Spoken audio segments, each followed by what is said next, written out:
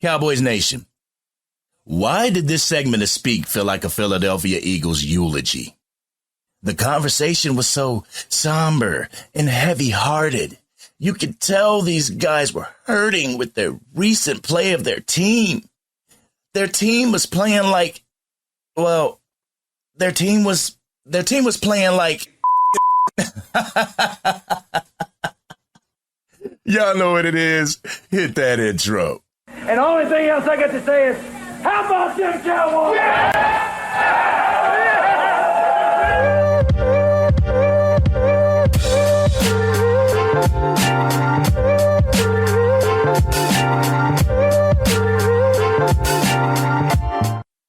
Well, Cowboys Nation, it was Take That L Tuesday on Speak. Joy Taylor, Shady McCoy, James Jones, and TJ Houseman-Zada had to react to Jalen Hurts calling out the Philadelphia Eagles after their embarrassing loss to the Seattle Seahawks. And it was pure, unadulterated gold. Shady started out the segment with his first justification. He was sick. Granted, Jalen Hurts was sick. The reports was that he flew separate from the team so he didn't get anyone else sick, only to go out on the field and be in close proximity of everyone else. But that's neither here nor there. Y'all know, Cowboys Nation, the main one that I wanted to hear from was Shady McCoy, because I wanted to see if he had that same style of smoke for Jalen Hurts that he does for Dak Prescott. Y'all help me make that determination, all right, angry Cowboys fans? But we're going to listen to what Shady McCoy had to say, and then we're going to come back and unpack my raw and uncut. So go ahead, everybody. Take a listen. The vibes are down in Philly, Shady. He's sick. Yes. He does sound sick. He does sound a little sick. Okay. Shady, are you okay with Jalen Hurts calling the Eagles out? I'm okay with it. I think for all of us that know Jalen and don't know him, but they see him on interviews, they see how he carries himself, and I think he's a leader, right? And there's times where he doesn't play well, and he says that. He has to be better as well. If you call out your teammates or coaches and you call yourself, I have no problem with it. I had a chance to play with Tom Brady, right? And you see all the videos of him yelling at the linemen and yelling at the coaches and all that. But you actually being on the field and being on the sideline when he's doing it, and it's all like positive, right? Let's go, guys, let's get this together. Step your game up or this and that. And you call other guys different words. Can't say on TV, right? But it was more of encouraging. Like, let's get this thing going. And he talked about, hey, we're all not committed. And if you're not committed, you will not get to the Super Bowl. And the thing is, he's been there, right? As an underdog. People wasn't screaming Jalen Hurts. I wasn't, right? Last year, he made me a believer. And he's getting better and better and better every year. And for him to say that we're not committed, it means something. And I don't know if it's players. I don't know if it's coaches. I don't know who it is. But it's somebody in the locker room. It may be more than just one person, right? And you can see the way we're playing. We're not playing like we played last year. So for him to say that, I totally agree. My only question is, it's cool to talk about it, right? I need you to fix it. Be about it. If you, whoever it is, whoever it is, let's fix this thing because we got all this talent. And one thing about football, it don't owe you nothing. No. Either seize the moment now or you'll forever have no championship or no champions. He's right about that, Cowboys Nation. But the first thing that popped out to me was the example that he used of Tom Brady yelling at his team on the sidelines. He said, you call guys different words you can't use on TV. What words, Shady? Kind of like the same words Trayvon Diggs called Dak Prescott in training camp that you made such a huge deal about? Because you know iron sharpens iron, and that shit talking is motivation. It is encouragement to do better. Honestly, I would rather have that back and forth banter during training camp than at the end of the regular season in a press conference. Shady spoke about the Seattle Seahawks as being this great team when they beat the Eagles, but spoke about them being tomato cans when the Dallas Cowboys beat them. This is the double standard that us Cowboys content creators are talking about. When you give teams excuses and don't take legitimate looks at what's going wrong, you go on a losing streak. I've been having a blast with this segment of Speak, Cowboys Nation. I have literally enjoyed watching Shady McCoy have to concede that his Superman is actually Clark Kent. The segment was packed full of excuses and reasons and justifications and whataboutisms and not enough accountability and acceptance. 2 out of the 4 hosts are waiting on something that may never happen. waiting on a time that may never come. I've said this about Philadelphia before. Maybe this is the Philadelphia Eagles, and this juggernaut you're waiting on may never resurface. That juggernaut may be in the draft years down the road, but he's not there right now. Don't get it twisted. Jalen Hurts is a great talent. Hell of a runner, nice thrower of the football. But as bad as Shady wants to put him in the conversation of other elite talents, it's just not reality.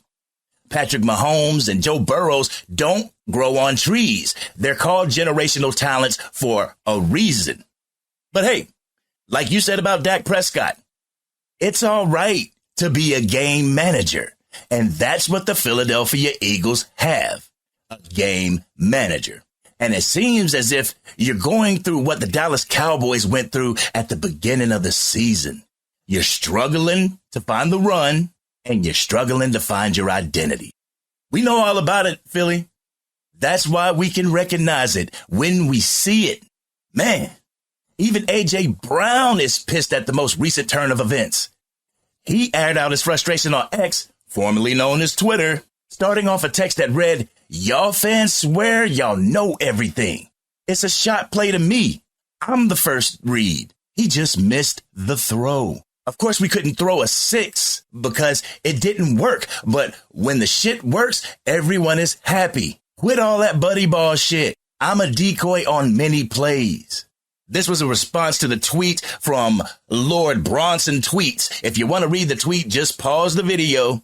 But A.J. Brown continues his frustration and tweets. "And all that he forced me the ball she too? I'm in his head bullshit. When I make plays, everyone's happy. But when it's incomplete, it's I'm making him throw me the ball. I get blamed for more shit than anything. I'm tired of y'all playing with my character." Eagles fans, y'all sure y'all want to be America's team?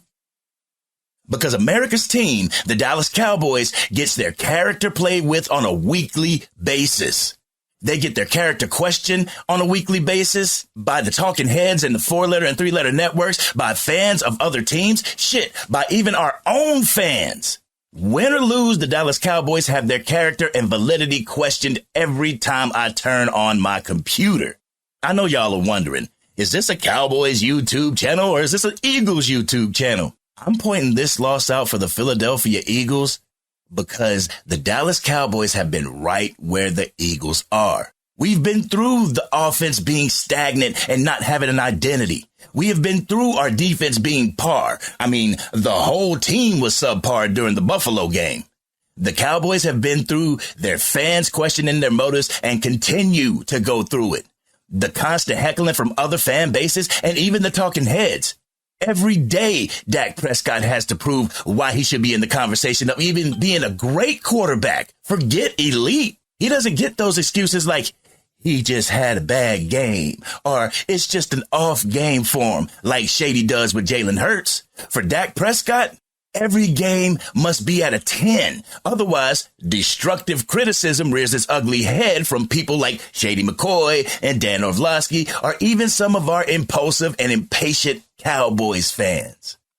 A team is tested when they're faced with adversity. A fan base's loyalty is tested when their team gets hit with unforeseen turmoil. What do you do when you can't find the quick answer to the question, why are we losing? What I do as a Cowboys fan, I have faith in my team. I put trust in my team. I remain DC for life. Why do these analysts think that they can continue to catch lightning in a bottle over and over again is beyond me. But instead of focusing on your quarterback's elite status, you may want to focus on winning. If this loss didn't teach Philadelphia Eagles fans anything, it should have taught you to not count your Eagles' eggs before they hatch. Save your heckling until after your team plays and dumb down your expectation because it sucks being built up to the sky to have it all come crashing down at the end of the season. Believe me, we know. This has been your boy, the Angry Cowboys fan. What did you think about what I had to say? Do you agree or disagree with my assessment? Let me know in the comments section. Remember, guys, hashtag CCC, Classic Cowboy Conversation.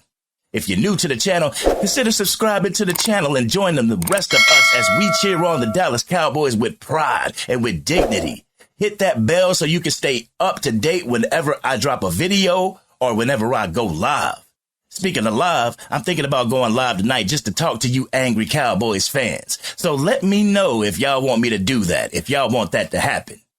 But until then, happy holidays, guys. This is your boy, the Angry Cowboys fan. I'm out.